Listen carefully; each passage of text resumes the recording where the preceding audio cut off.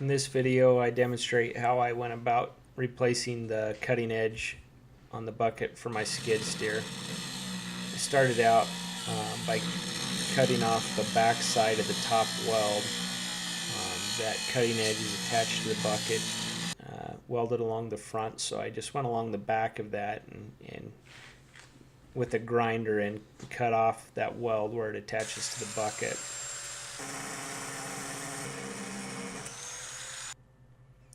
The bottom side was a little trickier, hard to identify where the welds were. It had 5 or 6 welds in short segments along the back, so I kind of ended up going behind that whole edge to cut the weld off, and it took a lot of discs and a lot of grinding, and it was kind of a pain in the butt.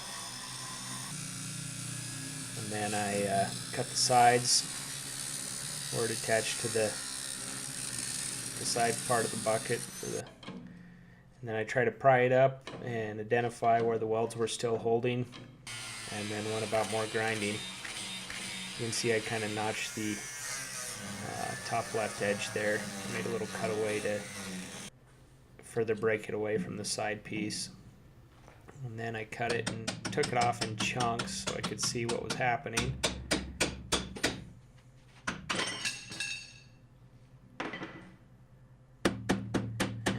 Beat on this a whole bunch and tried to get it to separate and show me where it was still holding. That's from the front side. I was able to pound it down after some more grinding and get it to come off. And you can see where the welds were holding and where I did a lot of unnecessary grinding, but that's what it took. And I finished cutting off the little edge piece where it was holding on both sides.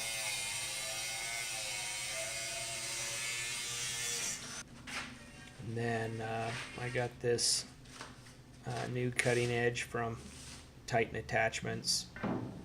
Measured my bucket and ordered it, and it was perfect length. Kind of double checked it for measurement by setting it in place there, and then rested it on the bucket on the bottom side on that reinforced middle part, and then I'm squaring it up to the bucket and then clamping it in place. I ended up putting in getting some square rod stock and using it as a spacer on that piece it rested on, from where I cut it off and where it had worn. That took up the space and helped to get where it needed to be. Then I re-squared everything, clamped it in place, and then tacked it.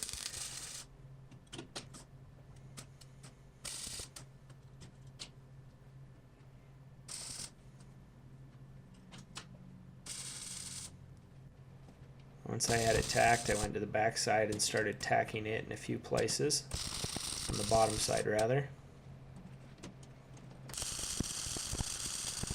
Then I went to work welding it up. If I'd been thinking better, I probably would have welded it in just little 4-inch strips instead of doing a complete weld across the bottom side. But I ended up welding it all across the bottom, and then I do kind of a butt weld here, or rather a root pass with one weld, and then I went back over it again and made a second pass on that top side. Now my corner cutter section, I'm filling in some space with some rod stock to keep from having to do a bunch of welding, and then put my new corner piece, cutting corner that I made in there, and then weld that with several passes onto the side of the bucket, and then cleaned it up and smoothed it out with a grinder.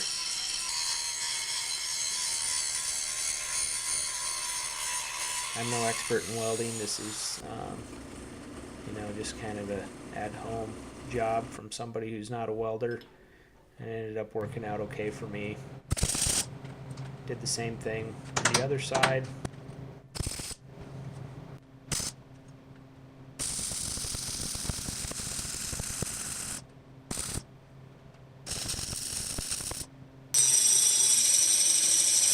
smooth as well. Patched a few holes in that reinforced middle section of the bucket. Threw in a concrete nail in there to fill the hole, and then welded around it to fill it up, and then welded up a hole on the other side.